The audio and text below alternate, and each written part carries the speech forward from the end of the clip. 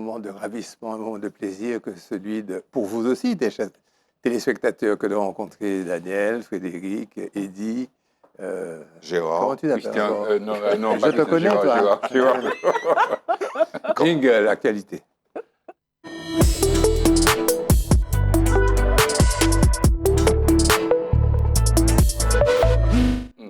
Christian, parce que je sais bien qui tu es, mon vieux camarade. Parle-nous de, on est moderne, de fast fashion. Fast fashion, voilà, la mode jetable. Voilà. On avait déjà eu l'occasion de parler un peu de ça, mais il y a un truc qui s'appelle Shein. Shein est prospère dans le monde de façon incroyable. Je vais vous donner quelques éléments. Alors, Shein, effectivement, l'orientation, c'est l'approvisionnement en produits divers, notamment à bas prix. Hein, vêtements, sacs, enfin, tout ce qui concerne effectivement même l'électronique aujourd'hui. Et Shein inonde le monde. Pour information, Shein a été créé en 2008 dans une ville qui s'appelle Nanjing en Chine. Au départ, ils vendaient des robes de mariée. En 2013, Shein a 100 employés. Aujourd'hui, Shein a 11 000 employés. En 2019, leur chiffre d'affaires était de 2 milliards 300 millions. En 2020, 8 milliards. En 2021, 15 milliards. Aujourd'hui, ils ont un chiffre d'affaires de 22 milliards. C'est extraordinaire. Le bénéfice est de, on dit, entre 800 millions et 2 milliards de dollars. Le chiffre d'affaires a augmenté de 900% en 3 ans. Alors, ils inondent le monde. Entre parenthèses, vous entendez aujourd'hui les problèmes qu'il y a dans l'ouverture des soldes. Parce que beaucoup de commerces en lingerie féminine, en lingerie de manière générale, en France sont en difficulté financière, soit en redressement, soit en liquidation. Donc, chez Shein, ce sont des anciennes comme Zara, Primark, où tout est bon marché. Effectivement, moi, je suis allé dans un Primark un jour, mon pressage chez magasin, on va pas parler. Non, mais vous voyez, c'est ça. Mais ce sont des vêtements qui ne sont pas de très bonne qualité. Puisque c'est, voilà. Alors, le siège social aujourd'hui à Singapour, ils mettent beaucoup de nouveaux modèles sur le marché.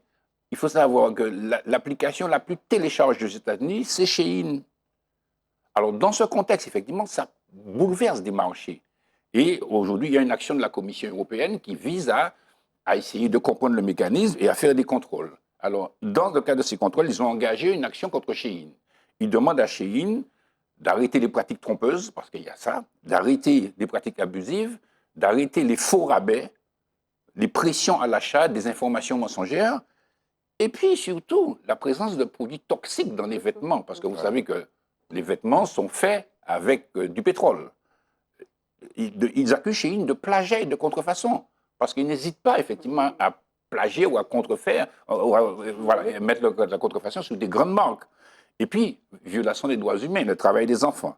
Alors, la Commission européenne voudrait que ces pratiques cessent. La Commission européenne voudrait définir le concept de la mode éphémère, vous voyez, prendre un plan d'action pour la régularisation et la sécurité de l'e-commerce, on en parlait l'autre jour, et puis des propositions de loi pour réduire l'impact des industries textiles et établir des règles contre une mode éphémère jetable et polluante. Donc, ce sont des dispositions. Alors, Shein a 1 mois pour répondre à ces accusations. On verra bien, mais en tout cas, cette concurrence est relativement destructrice pour les industries de la mode dans l'Europe occidentale, en tout cas. Il faut ajouter à ça qu'une proposition de loi a été examinée au Sénat début juin, récemment, en 2025.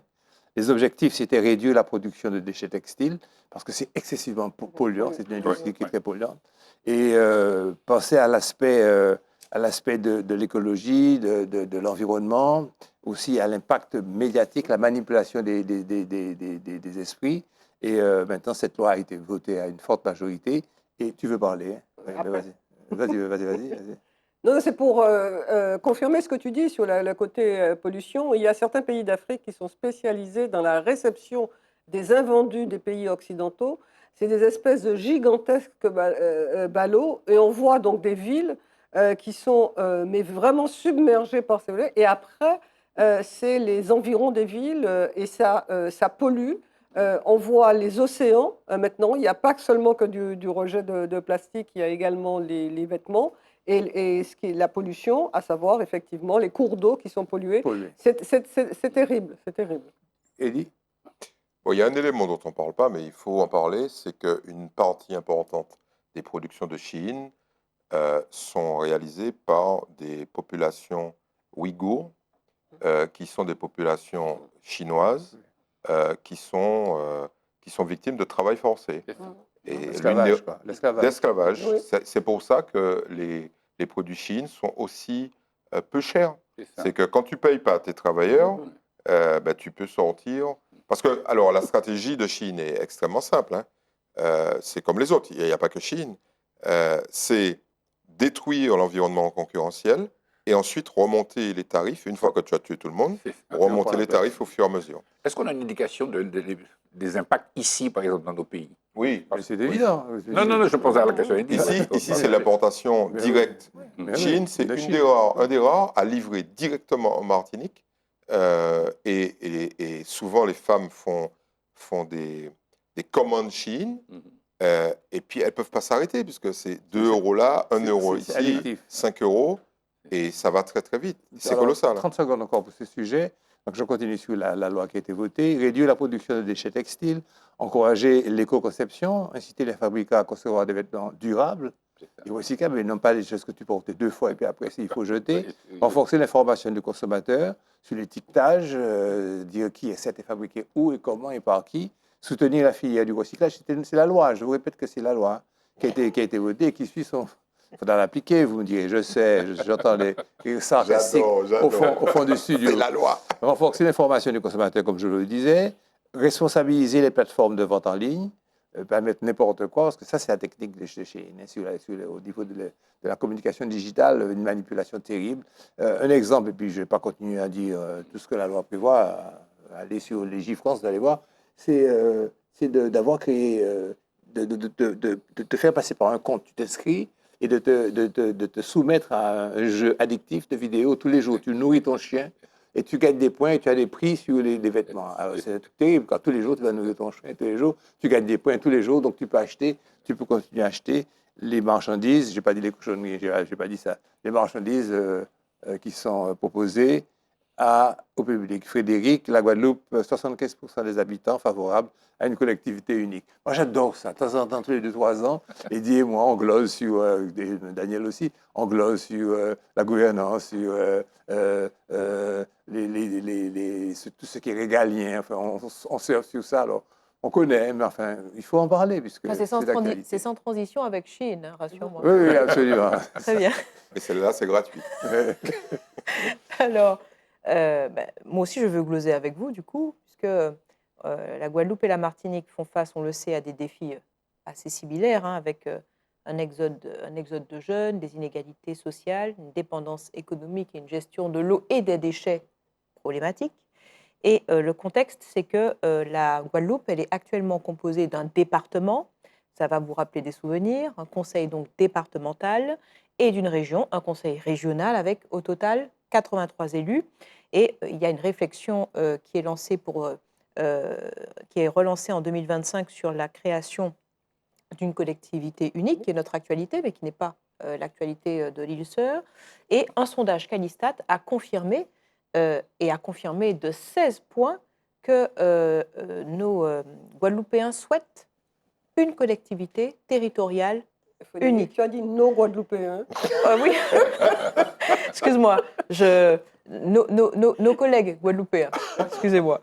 Donc, du coup, nos frères, sœurs. Oui, j'ai bien dit l'île-Sœur. Bon. Donc, nous avons un contexte général qui est celui-ci, et donc, du coup, je vous propose une comparaison entre les deux îles, à date, en photographie. Au niveau de l'adhésion donc, populaire, en Guadeloupe, donc, 75% des habitants favorables à la création d'une collectivité unique aujourd'hui. La Martinique, pour rappel, le projet avait été approuvé lors du référendum de 2010, mais aujourd'hui, assez unanimement, il peut être critiqué pour la complexité technocratique, mais pour en rester un chiffre, on a quand même une abstention de 66% aux dernières élections territoriales de 2021, pour donner une approche. Au niveau de la gouvernance et de la représentation, on a une réflexion actuelle pour finalement faire des coupes au niveau des élus locaux et tomber à une assemblée unique de 43 membres, avec une forte volonté citoyenne. 89% en effet des interrogés souhaitent un conseil citoyen. En Martinique, nous avons à date une seule assemblée avec une 50aine de membres, mais un recul très souvent demandé sur la lisibilité des rôles entre l'exécutif, le rôle de l'exécutif et le rôle de la plénière. On a, au niveau des compétences locales en Guadeloupe, une forte demande alors, est-ce que c'est de l'autonomie ou de l'indépendance dans les domaines suivants qui sont taux d'autonomie pour l'applicabilité des tâches, de l'emploi à 86%, l'urbanisme est très demandé, la fiscalité, et après la santé, l'énergie et l'environnement. Donc on se retrouve un petit peu sur les mêmes problématiques qu'en Martinique. Et nous avons effectivement ces compétences qui sont élargies, mais qui sont freinées par les lourdeurs administratives. Et enfin, l'identité et la symbolique, 80%, 79%, mais 80% souhaitent leur drapeau, un drapeau propre pour affirmer leur identité.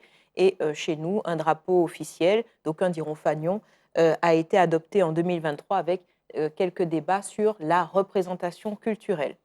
Alors, finalement, qu'est-ce qu'on peut en dire? On peut en dire que les sujets sont de toute actualité en Europe, mais sont d'actualité également chez nous. Alors, est-ce que la CTM aujourd'hui est critiquable?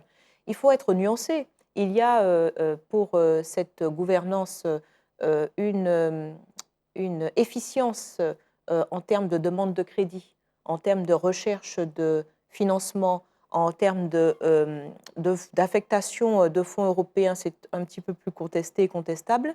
Néanmoins, on a quand même d'un seul corps, d'un seul chef des formulations. D'aucuns diront que le fait qu'il y ait un conseil général et un conseil régional à l'époque permettait le principe de la séparation des pouvoirs. D'aucuns diront aussi qu'il y avait deux budgets quand il y avait les deux conseils, alors que le fait d'avoir une seule collectivité aujourd'hui fait que cette collectivité étant fédérée, le budget a été moindre.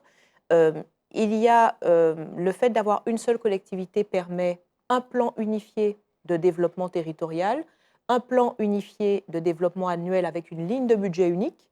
Maintenant, il faudrait en voir le déploiement concret en Martinique. Je crois que de toute façon, on pourrait faire des collectivités, des institutions, des statuts différents. Le plus important, c'est la gouvernance, ce sont les élus, mais derrière cela, et nous en parlons assez fréquemment, c'est aussi les opérationnels. Derrière, on veut toujours changer un petit peu les sujets de façade, mais les opérationnels restent les mêmes, les administratifs restent les mêmes. C'est-à-dire qu'on veut toujours, et la Guadeloupe a de graves problèmes aussi structurels, notamment d'eau, changer les façades, mais nous avons les mêmes professionnels qui sont aux commandes, qui sont aux manettes. On se souviendra toujours de cette coupure d'électricité en Guadeloupe, unanime, unilatérale. Donc, ce que je veux dire par là, concrètement, j'en termine, ce que je veux dire par là, concrètement, c'est que les réformes, c'est bien, mais le fond, c'est mieux. Le Congrès a été marqué par l'absence de groupes politiques, Pays Guadeloupe et Guadeloupe Pluriel Solidaire, dont les présidents ont justifié leur non-participation par un désaccord profond avec la démarche conduite par le président du conseil départemental, tout en réaffirmant leur volonté d'une plus grande autonomie et d'un vrai pouvoir normatif local. Blablabla, de la pratique, dont je n'ai pas méprisant. C'est une façon de dire que c'est une sorte de ronronnement qu'on a autour de cette application de la LODEOM, la loi qui avait prévu le...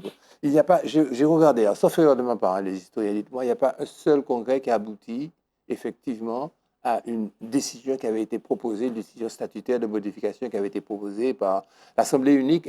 C'est une proposition de rattrapage de Sarkozy qui a fait qu'on a fait un collet 2, département, etc. Donc, ça commence à devenir un petit peu... Mais il n'y a aucun grand projet qui ait alimenté nos économies ou nos structurations politiques qui viennent de nous. Hein. C'est la raison pour laquelle tu vas nous parler de l'argent liquide en Martinique. J'adore la transition. Tu vas aimer ce sujet-là. Oui, enfin, bon, moi, c'est ma passion, ça. Oui. Les gens disent il n'y a pas de blanchiment en Martinique. C'est pas possible. Ça n'existe pas. Bon. Alors, on va leur montrer que c'est possible, parce que c'est les banques qui le prouvent, c'est même pas nous. Alors, plus globalement, l'argent liquide. Nous sommes d'abord un pays de bancarisation récente. Il faut quand même le rappeler. Des gens qui ont un compte en banque en Martinique, ça date de la fin des années 80. Et pas avant. Avant, quand on vous paye, quand vous êtes ouvrier agricole, qu'on vous paye à la semaine, vous n'allez pas déposer votre argent à la banque. puisque vous essayez de finir la semaine avec l'argent en attendant l'argent de la semaine d'après. Donc, vous le dépensez tout de suite. OK?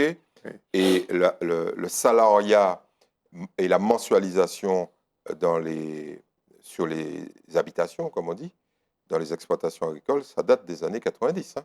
Fin des années 80, début des années 90. Donc, c'est un bail là. Bon. Alors, le ministre de la Justice, qui se prépare pour les élections présidentielles, part dans tous les sens, évidemment. Je vais encore me faire un pote. Il veut faire une prison, vous vous rappelez, en Guyane, pour mettre les narcotrafiquants. Et il veut définitivement abolir l'usage des espèces en Europe. Il est mal barré, Complètement. parce qu'il oublie que... je vais vous raconter une toute petite histoire. Il oublie qu'en France, on estime à 6 millions de gens, les Français qui n'ont pas de compte en banque. Tout ça? Oui. Ah. Et comment ils font pour vivre? Il leur faut de l'espèce, OK, pour faire leurs transactions. Et il y a un Martiniquais qui a fait fortune, qui est quelqu'un à qui je voudrais rendre hommage ici, qui s'appelle Michel Calmeau, qui a créé le compte nickel. Ça vous dit quelque chose, oui. le compte nickel? Le compte nickel avait d'abord une fonction sociale, c'était de permettre à tous les débancarisés, parce que la passion des banques françaises, c'est de foutre les gens dehors de la banque. Hein. Voilà, donc dès que vous avez un problème, bon, c'est fini. La loi encadre ça, vous avez droit à un compte bancaire et on oblige les banques à vous donner un compte bancaire. Et le compte nickel, ça a été monté par lui et ils l'ont vendu. Alors, je ne vais pas donner le chiffre parce que ce sont des gens qui aujourd'hui sont millionnaires, des Martiniquais et des Guadeloupéens. Alors, ici, Darmanin a un problème parce que la moitié des transactions, quasiment la moitié des transactions, se font avec du liquide. Et ça diminue, hein, c'est clair, ça diminue, mais c'est encore 50%. 50% des transactions avec du liquide, c'est considérable. Alors, on a un problème, c'est que d'habitude, on disait l'économie souterraine est majeure parce que on prend plus d'argent dans les guichets qu'on en met dans les banques. Okay, normalement, c'est un circuit. Eh bien là, c'est le contraire. Depuis 2 ans, on met en banque plus d'argent qu'on en a mis dans le système. Alors là, les banquiers ne comprennent strictement rien. Ben, ils ont tout simplement pas envie qu'on leur dise, les mecs, vous servez à recycler de l'argent sale. C'est tout. 10 millions d'euros ont été, de plus que ce qui a été mis en circulation, ont été déposés à l'IEDOM par les banques. C'est clairement le signe, c'est ça la preuve par A plus B, comme dirait l'autre, le signe d'une économie qui recycle de l'argent sale. Et c'est le signe d'une société qui est en train de s'effondrer, lentement, mais sûrement, avec une intégration du système de blanchiment dans l'économie. En fait, quand l'économie de la drogue, 2,8 milliards d'exportations quand même, vous donne 400 millions d'euros de commission. De retombées locales. Voilà, pour que les Martiniquais fassent partir le truc en Europe, ils touchent de l'argent. Il faut mettre cet argent quelque part. Il faut mettre cet Je argent. voudrais préciser que j'ai traité ce sujet avec des fiches qui m'ont été envoyées par quelqu'un de l'intérieur de la finance locale. Vers un pouvoir normatif inédit pour la Corse, la mission parlementaire qui a été instituée, depuis le processus de Beauvau, c'est dit qu'il va... Bon, j'ai eu beaucoup de mal à vous parler de ça parce que ça va encore, comment dirais-je, Coluche disait induire d'erreur. Mais ça veut dire ce que ça veut dire. Induire en erreur tous ceux qui disent c'est possible d'avoir un pouvoir normatif. Alors, ça veut dire quoi? Grosso modo, normes, loi, faire la loi soi-même. Grosso modo. Dans certains secteurs. Allez, Oui, non mais bon. Plus précis. Non mais je vais être plus précis. Mais pour les gens qui nous écoutent, on va vous donner le droit de faire vos lois, vos propres lois, un certain nombre de secteurs. Des lois pays. Les lois pays. Alors, petit rappel historique, ça existe en Martinique. Hein. Ça existe à travers ce qu'on appelle les habilitations. Et ça a été obtenu par Serge Letchimy. qui fait une espèce d'obsession, de focus sur ça, et c'est très important, puisque, par exemple, il y a une loi pays qui interdit, alors elle est controversée, hein, mais elle interdit aux promoteurs de panneaux solaires de poser des panneaux solaires sur des terres agricoles. C'est quand même plutôt une bonne chose, on est bien d'accord. Ça permet de libérer le sol pour une destination agricole. Bon, alors les Corses. On a un vrai souci avec les Corses, c'est que les Corses, eux, ils veulent l'indépendance. Et que le président de la République leur a dit, chiche, ce ne sera pas l'indépendance, mais ce sera l'autonomie. Et il y a un certain nombre de secteurs où vous allez pouvoir faire la loi. Bon, je n'ai pas voulu développer ça, je vous l'ai dit d'emblée, parce que, en réalité, c'est un leurre. C'est un leurre fantastique parce que la Chambre régionale de la Cour des comptes vient de sortir un rapport sur la gestion actuelle de la collectivité de Corse. Et je me dis, les types sont en train de se battre, avec raison, pour avoir plus d'autonomie locale, de pouvoirs locaux. Par contre, on peut se poser la question de la pertinence, de l'usage, de la mise en place d'un pouvoir local avec des financements qui ne seront pas locaux. Hein. Pour la plupart, on en a parlé il n'y a pas très longtemps, et une situation financière catastrophique. Catastrophique. Je vous rappelle, peut-être, pour ceux qui ne le savent pas, qu'en Corse, il y a une compagnie de transport ferroviaire, la SNCF de Corse. C'est comme si en Martinique, il y avait des petits trains qui partaient de... Les types gèrent ça. À leur manière. Ça, c'est politiquement correct. En clair, c'est une pompe à corruption. Comme personne ne s'intéresse à ça, le ministre de l'Intérieur ne s'intéresse pas à ça, personne ne s'intéresse à ça. Bon, la conclusion est la suivante.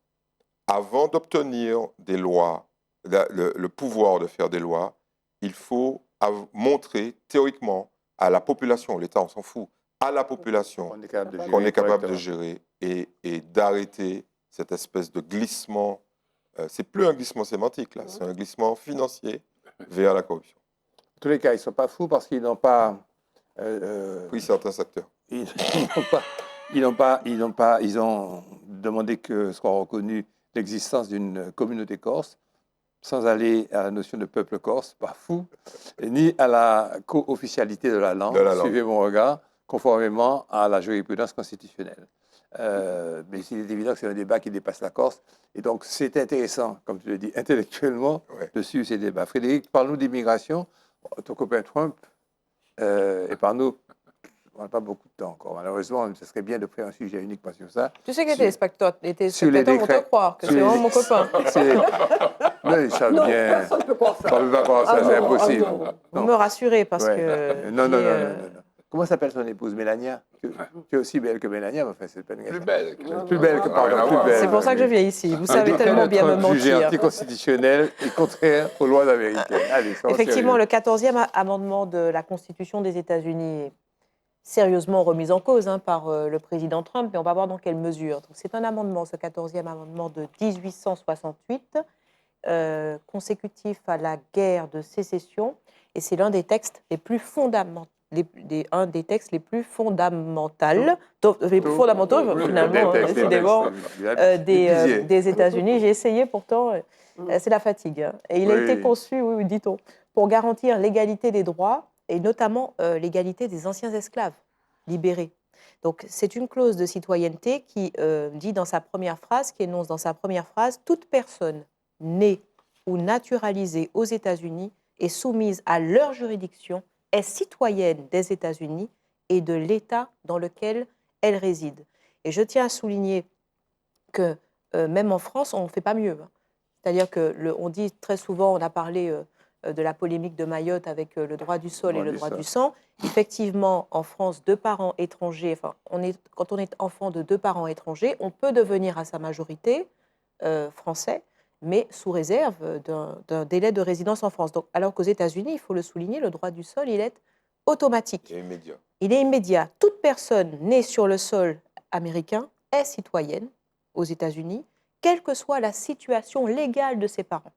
Ça, c'est quand même extraordinaire. C'est de la protection contre l'arbitraire, puisque on en vient à la démonstration, le Congrès ou le président ne peuvent modifier ce droit par décret, puisque c'est constitutionnel, et donc seul un amendement constitutionnel peut éventuellement le défaire. Mais il en faut, avant de défaire un amendement constitutionnel aux États-Unis. Et c'est une jurisprudence qui a été en plus confirmée en couche supplémentaire, puisqu'en 1898, la Cour suprême, dans l'affaire United States versus Wong Kim Ark, a confirmé ce droit, même pour les enfants de parents qui sont en situation irrégulière. Ça veut dire que, normalement, le président Trump et nous tous, nous voyons cela, on se dit on ne peut pas y toucher. Mais parlons bien du président Trump. Et en 2025, il signe un décret qui vise à exclure certains enfants nés aux États-Unis de la citoyenneté selon le statut migratoire de leurs parents. Et bien évidemment, l'initiative a été très largement considérée comme inconstitutionnelle. Donc, violation du 14e amendement avec la citoyenneté qui ne peut être supprimée par décret présidentiel, puisque c'était là son souhait. Une remise en cause du droit du sol, qui est un principe fondamental des États-Unis depuis plus de 150 ans. Un conflit en plus avec la jurisprudence établie, parce que derrière cette jurisprudence, il faut quand même dire qu'il y a l'institution suprême juridique qui est la Cour suprême. Le président Trump n'a jamais froid aux yeux. Pas mêlé. Jingle, société.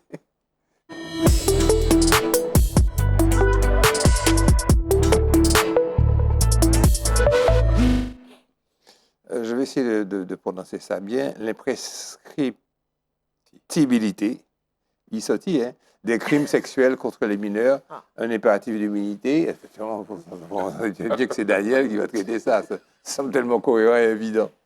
Oui, alors, le mot que Gérard a du mal à prononcer, ça veut dire tout simplement, en matière pénale, lorsque vous avez commis une faute, la loi actuelle prévoit qu'au bout d'un certain temps, on ne peut plus vous poursuivre ou on ne peut plus vous condamner. Quand il n'y a pas de prescription, ça veut dire quand les faits sont imprescriptibles, ça veut dire que quelle que soit la période, la durée, on peut vous poursuivre ou vous condamner. Dans l'architecture du droit français, il y a un certain nombre de crimes dont les dates de prescription sont prévues. Donc, pour les contraventions, les délits et les crimes, les plus graves sont les crimes. Et il n'y a que deux types de crimes qui sont imprescriptibles, ce sont les génocides et les crimes contre l'humanité. Là, il n'y a pas de problème, c'est imprescriptible, quelle que soit la date, on peut vous poursuivre. Par contre, les autres, il y a une date butoir. S'agissant des violences faites aux mineurs, et qui sont des violations graves, surtout quand il s'agit de personnes les plus vulnérables, puisque ce sont des enfants et ce sont des mineurs. Donc, il y a un délai de prescription, et ce délai de prescription, au fur et à mesure de l'avancée des rapports de psychologues, de psychiatres, ce délai a été augmenté. C'est-à-dire qu'on avait un délai de prescription qui était à partir de la commission de l'infraction. C'est-à-dire, vous faites un inceste, vous violez un enfant, le délai de prescription, 10 ans ou 20 ans ou 30 ans, on verra, ça partait de la commission de l'infraction. Il y a eu une première évolution qui dit que le délai part à compter de la majorité de l'enfant. C'est-à-dire qu'on considère, et il faut comprendre pourquoi, et c'est normal, un inceste, c'est fait par quelqu'un qui a de la famille, l'ascendant, et qui a la représentation juridique. Donc ça veut dire que lui, il gagne déjà un temps parce qu'il est l'auteur. Donc il fallait redonner à l'enfant devenu majeur, ayant toute sa personnalité juridique, la totalité de son droit à agir. Mais on s'est rendu compte que les rapports psychologiques, qu'il y avait une telle sidération pour un enfant d'être violé, que quelquefois il faisait un déni, et que ce n'est que bien plus tard que les faits revenaient et qu'il était en capacité de porter plainte. Et donc c'est pour ça que le délai a été allongé. Et, la notion de déni, développe. Pardon ? Il faisait un déni. Oui, alors c'est-à-dire qu'on a démontré qu'une personne, un enfant, mais ça peut être un adulte, hein, mais surtout les enfants qui sont victimes d'inceste, qui sont victimes de viol, il y a un moment donné où il y a une désolidarisation entre le corps et l'esprit. C'est tellement violent que l'enfant soit agressé sexuellement par son père, son frère, son grand-père, son parrain, qu'il y a un phénomène qui se produit, qui est un phénomène biologique, où il y a une dissociation entre le corps et l'esprit, ce qui fait qu'on arrive même à oublier ce qui s'est passé. Et ce qui fait qu'il y aura le déni de la réalité de l'infraction. Ce qui amène des conséquences qui sont des conséquences sur le point de la santé qui sont graves. Hein. Et à un moment donné, parce que l'inconscient, il est là quand même, donc il y a une espèce de flashback qui fait que ça remonte. Et à un moment donné, il y a la conscience qui revient et cette personne est en mesure, ou pas d'ailleurs, parce que quelquefois c'est trop violent, d'affronter la réalité et de prendre une décision consciente d'aller porter plainte contre celui qui l'a agressé. Mais souvent, c'était trop tard, parce que le délai prévu par la loi était passé. D'où la question, est-ce qu'il faut rendre ce crime imprescriptible? C'est une question qui mérite débat, parce que la question de la prescription, dans les États de droit, c'est une notion importante parce que l'on considère, et la Cour européenne a eu l'occasion de statuer là-dessus pour valider le fait qu'il doit y avoir une prescription, parce qu'elle dit que dans l'organisation sociale d'une société, il faut un temps pour pouvoir, c'est une question de paix sociale, entre guillemets, où celui qui a commis ou celui qui a fait, il doit savoir que ce n'est plus possible. Et aussi, pour les droits de la défense, parce que celui contre qui on porte plainte n'aura peut-être pas les moyens, parce que les preuves auront disparu de rapporter la preuve de son innocence, mais pour la victime aussi, parce que les preuves auront disparu, qu'elle ne pourra pas prouver, donc on va acquitter celui qu'elle accuse, et ça peut être encore plus dommageable, ça peut être pire pour elle. Donc la notion de prescription, ça a un sens en droit et dans une société de droit. Maintenant, moi, il ne me semble pas la question de... Donc, est-ce que, puisqu'on revient à la question de départ, est-ce que le crime qui est fait contre un enfant, contre un mineur, un crime sexuel, est-ce qu'il doit être imprescriptible? Il me semble que, vu l'allongement des délais, et compte tenu des rapports, sauf approuvés avec des rapports qui seraient plus récents, que les effets sont plus longs, il me semble que la législation actuelle qui permet d'allonger le délai pour porter plainte tient compte des intérêts, en ajoutant le fait que récemment, il y a une loi qui dit que lorsque quelqu'un a violé un enfant, il y a le délai de prescription. S'il viole un autre enfant, le délai de prescription de la deuxième infraction s'ajoute à la première. Ce qui fait que quelqu'un, et souvent les agresseurs n'agressent pas qu'une seule personne. Donc, et donc, par conséquent, les deux prescriptions vont s'ajouter, ce qui fait que, de fait, ce sera quasiment imprescriptible. Moi, je serais pour l'imprescriptibilité totale. Désolé, comme un petit volant, maïchou, imprescriptibilité. Je vais y faire, je vais m'entraîner ce soir. Culture. Jingle.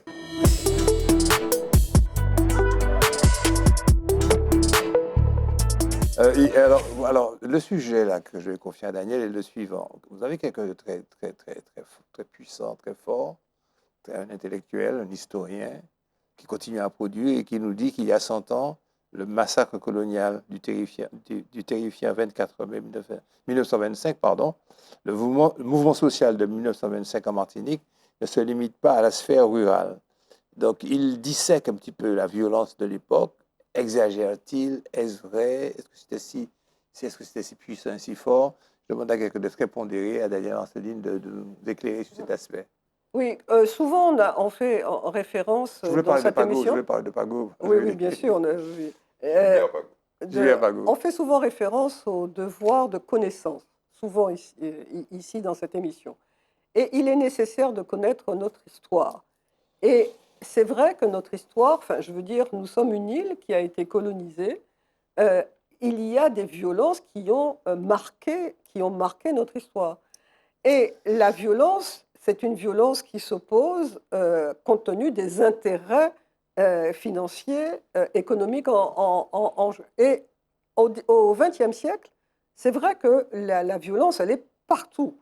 Et le siècle commence d'ailleurs avec le François, avec la fusillade du François, ou les ouvriers agricoles, où c'est réprimé dans le sang. Et c'est comme ça régulièrement. Et Gilbert parle de 1925, mais il faut savoir qu'avant ça, en 1923, il y avait déjà eu la fusillade de Bassignac à Trinité, à l'occasion d'une grève marchande. Alors, juste pour rappeler, parce qu'on a oublié, la récolte commence en février en Martinique. Quand on a un pays qui est essentiellement agricole, qui produit, les grèves se produisent en général au début de la récolte, parce que c'est là où il fait fixer le prix, le salaire des ouvriers agricoles. Donc c'est pour ça que dans notre histoire, il y aura beaucoup de mouvements qui seront en février, parce que tout simplement, c'est le début de la récolte. Donc, en 1923, il y a donc ce contexte qui est social, qui est douloureux, mais il y a aussi un contexte politique, parce que les socialistes ont gagné du terrain, et les socialistes sont majoritaires au Conseil général. Les socialistes ont plusieurs mairies, et il y a un député socialiste en la personne de Lagrosilière.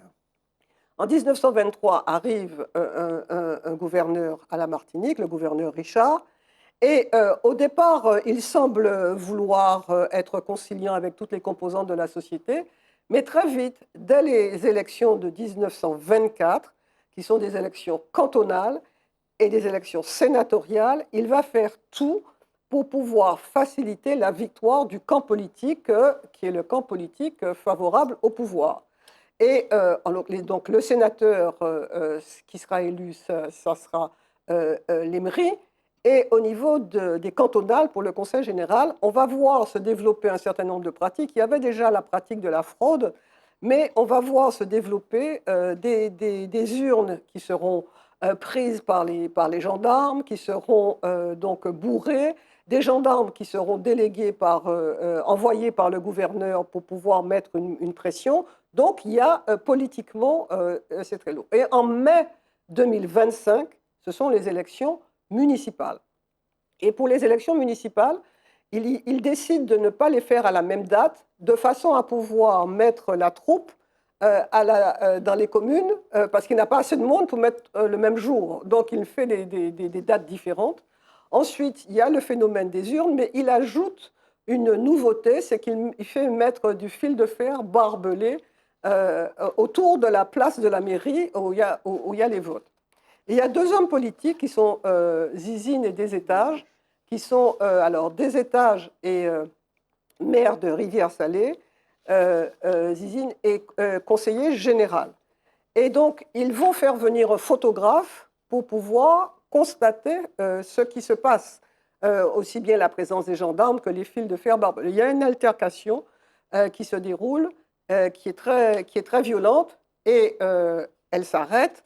Et Desétages et Zizine traversent la place pour aller déjeuner dans une maison qui est en face. Et ils empruntent un couloir, et il y a un gendarme qui tire, qui arrive en courant, qui demande l'avis à son chef, et qui tire. Et avec une seule balle, il tue les deux.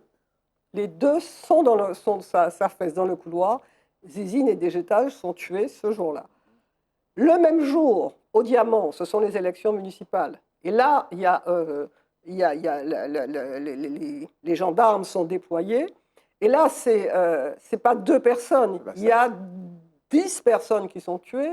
Il y en a plusieurs qui sont blessés. Il y a même une 11e qui est tuée, à savoir le maire du Diamant, qu'une balle perdue. Et qui pourtant était... Oui, mais c'est un dommage collatéral. Ouais. Mais le maire du Diamant, ce jour-là, copain, s'est tué. Donc, et à Joupa-Bouillon, on en parle peu, mais c'est Gilbert qui effectivement rappelle qu'à Joupa-Bouillon aussi, il y aura, et c'est une femme, Cambeil, qui est tuée ce jour-là. Donc ce 24 mai, il y a 2 personnes qui sont tuées à Rivière-Salée, il y en a 11 qui sont tuées au Diamant, il y en a une qui est tuée à Joupa-Bouillon. Et alors, parce qu'il y a une suite quand même, il faut savoir, le gendarme qui a tué Zizine et Desétages, il va bénéficier d'un non-lieu, il va être rapatrié en France. Le fils de Desétages, Maurice Desétages, lorsque le gouverneur Richard prend le bateau pour rentrer en France, parce qu'on le fait rentrer quand même, lui, il tire 5 balles sur le gouverneur Richard, et le gouverneur Richard ne meurt pas, enfin, il mourra quelques années après. Il ne meurt pas tout de suite. Il ne meurt pas tout de suite. Et Maurice Desétages, en 1926, passe en cour d'assises, mais il sera acquitté. Et si vous voulez en savoir davantage, je vous recommande le livre de Mauvois qui s'appelle Louis Desétages, qui raconte toute cette histoire et tout le contexte qu'il y a autour. Mes félicitations. Merci, monsieur. Belle page d'histoire. Alors, qu'est-ce qui est mieux quand on brûle les magasins, etc., ou bien lorsqu'on en tue des hommes? Ni l'un ni l'autre. Ah, pardon. Jingle. Musique.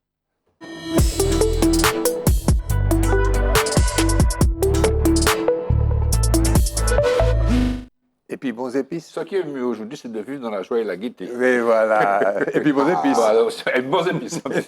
Voilà, mais écoutez, pour pouvoir embellir un petit peu notre environnement, je vous parle de Jean-Michel Gabrimol. C'est un homme d'une humeur égale, sympathique, franche. Alors, il est né en 1961, il aura bientôt 66 ans. Hein, et son père s'appelait Roger François. Est-ce que vous avez connu Roger François? Oui. Ah, je peux. Et moi aussi. Et moi aussi. Très bien. Terpsichora. Il avait le Terpsichora. Et le Terpsichora, c'était une déesse de la danse, Terpsichora. Et ça s'appelait le Rikiki avant. Je ne sais pas si vous avez connu ça. Il organisait des grands bals. Donc Jean-Michel est né un petit peu dans l'environnement de la musique. Il a très, très tôt intégré l'orchestre Les Léopards où il était batteur. Et puis Jean-Michel s'est dit, quand on est batteur, on n'est pas suffisamment vu. Mais oui. Donc il est chanteur. Voilà.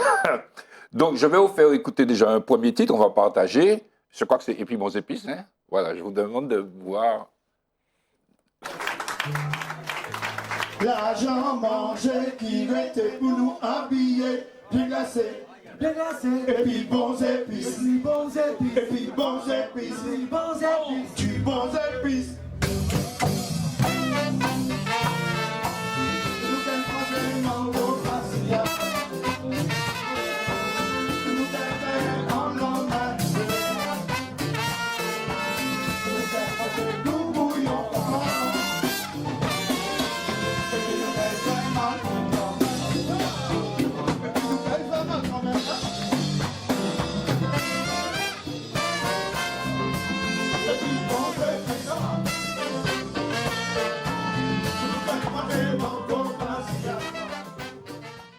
Alors Jean-Michel, c'est... Alors tu parlais du Terpsichora, que tu as connu, tu as Roger François. Oui. Il a eu plein de difficultés d'ailleurs. Oui, tout à fait, parce qu'au moment où il a construit Terpsichora, ce n'était pas construit autour. Ouais, et c'est donc, ça, il tout pouvait à fait. faire ses manifestations. Il y avait des orchestres d'Haïti. D'ailleurs, il était en compétition avec Nicole, qui était à cette marche. Michel Nicole, oui. Et donc, il y a eu quand ça a commencé à se construire, il y a des gens qui se sont plaints. Et donc...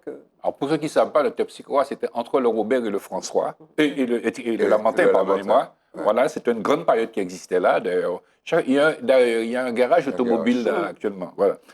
Alors Jean-Michel, c'est aussi les expressions populaires. Et puis bons épices, comme on l'avait vu, c'est crème à la vanille, c'est nègre contre nègre, c'est l'agneau business qu'a fait. Donc, si vous voulez, Jean-Michel, c'est vraiment un chanteur populaire. Vous voyez, et chaque année, il faisait un tube. Tu te rappelles, il faisait un tube chaque année. Alors, je vais vous inviter à écouter Bibon de Racine, c'est aussi un titre de Jean-Michel Gabrimol. C'est que le monde est flou, pas plairé, pas découragé. Tu es bébé d'amour, t'as toi Bibon de Racine.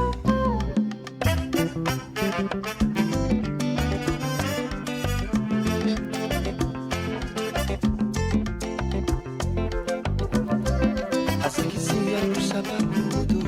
Allez, petit bébé d'amour. Bibon de Racine. Alors, mes amis connaissent bien Jean-Michel et on disait effectivement comment il avait pris l'initiative d'aller dans les centres commerciaux et de vendre ses CD. Exact. Il n'attendait pas que ce soit des distributeurs qui vendent pour lui, il allait provoquer les gens et avec sa popularité, il attirait toujours du monde. Il vendait. Donc, absolument. Donc, c'est un homme de projet, c'est un homme il a passé quelques années en France, il est toujours en mouvement. Il est toujours positif. Je n'ai jamais connu Jean-Michel se plaindre. C'est vrai, il a toujours une ambition. Et puis son ambition, c'est de rallier le monde économique à la musique. Alors il le dit, hein, je vais le citer, la musique et la danse sont un baume d'apaisement et une soupape de respiration, créant l'ambiance et la richesse dans tout le circuit économique de l'île. C'est Jean-Michel Cabrimol. Troisième vidéo, crème à la vanille.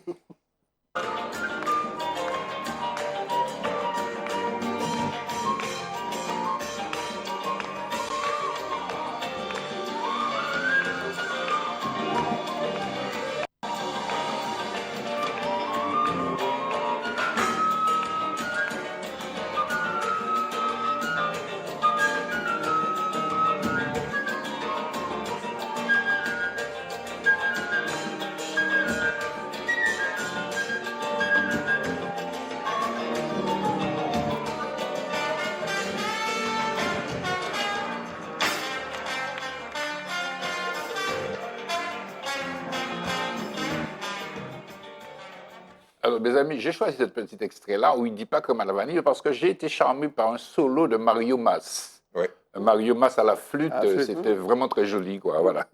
Voilà. Alors, Jean-Michel, encore une fois, son ambition, je le disais, c'est réunir des partenaires économiques et culturels. Alors, c'est pas lui seulement qui a cette ambition. Nous avons besoin de plus d'implications conscientes et de moyens de synergie concrètes afin d'être prêts à braver la mondialisation dans tous les secteurs d'activité. Donc, ce sont des mots, mais c'est une ambition. Voilà. Et Jean-Michel, je le disais, c'est Jean 36, 15 l'amour. C'est la joie et la gaieté. Voilà, je vous invite à partager ce succès de Jean-Michel Cabrimol. C'est la joie, c'est la joie, c'est la joie, c'est la joie, c'est la joie.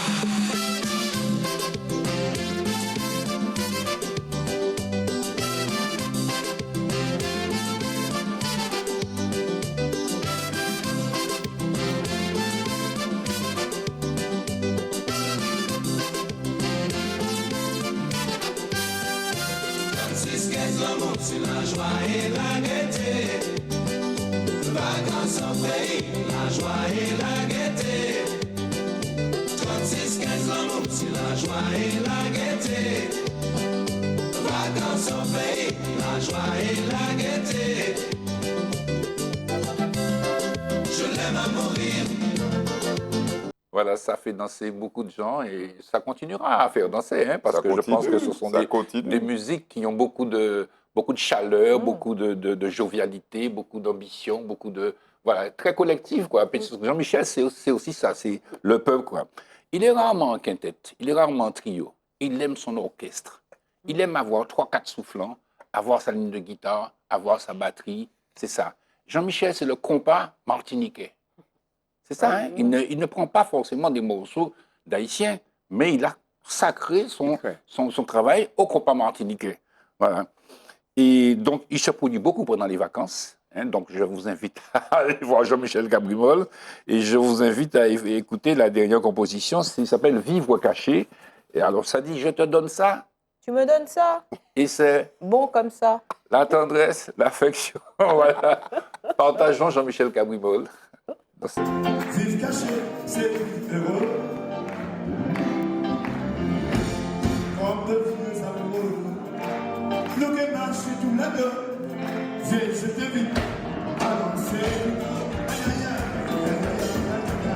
À la porte, d'agence de peau. Et je vais te demander, je te donne ça, tu me donnes ça. Et c'est bon comme ça, la tendresse, l'affection. Je te donne ça, tu me donnes ça. Et c'est bon comme ça, la tendresse, l'affection. Faut goûter ça. Il y a la lait, on chante. Il y a la lait, on chante ça. Je chante ça. Il y a la lait, Voilà, nous avons beaucoup d'affection quand même pour Jean-Michel Cabrimol, hein, que tu as produit d'ailleurs, Eddy. Oui, au Miami Beach, je l'ai produit plus d'une vingtaine de fois. Ça. Et ce qui est remarquable, c'est que ce type, pour lequel effectivement on a beaucoup d'affection, c'est un créateur. Oui, tout à fait. Et moi, j'ai un morceau que j'adore où il dit que la justice l'a attrapé et le juge l'a mis en dedans. Et au moment où il a voulu de la solidarité, j'adore cette expression, tout le monde prend la main. Personne ne va venir sauver. Et moi, j'adore les racines martiniquaises. Tout le monde ouvert, tout le monde prend la main. Je n'ai pas choisi Nègre contre Nègre, mais c'est aussi, grosse polémique. c'est aussi un titre qui exprime en tout cas une réalité qui est bien concrète chez nous, quoi. Voilà. En fait, c'est une tradition qui reprend l'effet Salvin-Duc, des troubadours Oui, qui oui, racontaient bien la vie sûr. sociale et tout. Avec la Il a perpétué. ligne de latino. Oui. Les soufflants, Oui. ce sont des latinos Oui, tout à fait. et il apporte une Ouais. puissance extraordinaire. Absolument. Mais c'est un groupe ils ont un groove aussi Ah oui. extrêmement Ah oui. prenant, quoi. En tout cas, voilà, j'ai tenu à faire ce clin d'œil C'était très bien. à ce potomitan, qu'on le veuille ou non, qui a une histoire Ouais, et qui dure, hein. et qui dure, Oui, et qui qui a dure. une longévité. Parce que c'est pas simple non plus d'être professionnel de la musique, et Jean-Michel, Bravo. il tient, quoi. Bravo. C'est sur cette note musicale et puis optimiste que nous terminons. Je vous remercie tous. Et je remercie cette fois Mehdi, Johan, Flore, Max, David, tu es ton préféré, je sais ça. À la semaine prochaine, mes chers téléspectateurs. Ah, pardon.